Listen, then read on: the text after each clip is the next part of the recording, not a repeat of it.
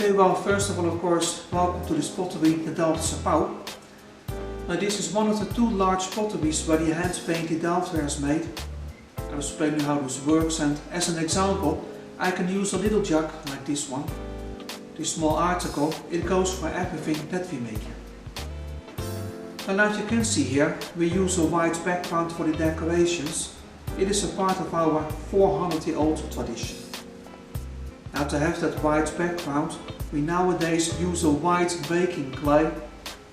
But a Dutch clay has one problem: it contains iron and becomes completely red. This one is imported from England, which is Cornwall, or Germany, the Westerland. Now, the clay is a powder when we buy it. This powder, it is first mixed with water and some ingredients to make it a liquid more or less like this one. I show this slip because most of these articles have irregular shapes. Not only handles, but some are square. They can never be made by hand on a potter's wheel. The only option left is that they will be casted in molds. All these molds are filled until the top. Aside of that, they were made of plaster of Paris. Plaster itself is porous, so it absorbs water. The slip will dry, and it dries quicker against the plaster itself of the mold than in the center. Like this, a layer of solid clay is built up. If you wait about half an hour, that layer against the plaster has already reached a thickness of 4 mm. In the center, however, the clay is still liquid, but you can imagine this whole process will continue. 4 mm will do. We wait no longer, but turn the mold upside down to pour out the remaining slip.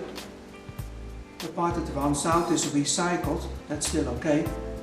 This is the way to make a hollow ceramic item. A few hours later, the clay is already strong enough. When the clay dries further, these articles will also shrink. They must. It is the only way to release them from the mold, and then this will be an example of the result.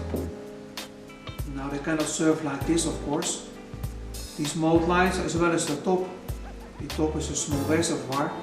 It is all cut off with a knife, quickly before the clay hardens out.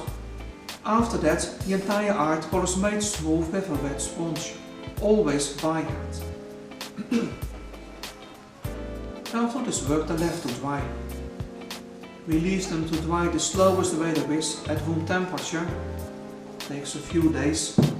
And after the drying, they can be placed into one of these kilns for the first firing. Well, this kiln is not working now. I can open it. In fact, it is being built up for the firing. The firing will only start when it is completely full.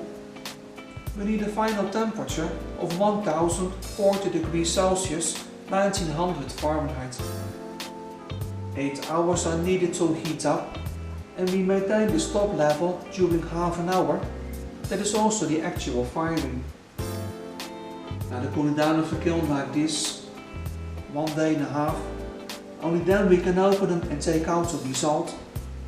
With this as an example, the slip we started with, it has now changed into stone, biscuit as we call it. The word biscuit means literally fired twice. The second time, all these articles will have a decoration as well as a cover of glaze, and how that works I will explain in our painter's room 1 moment later.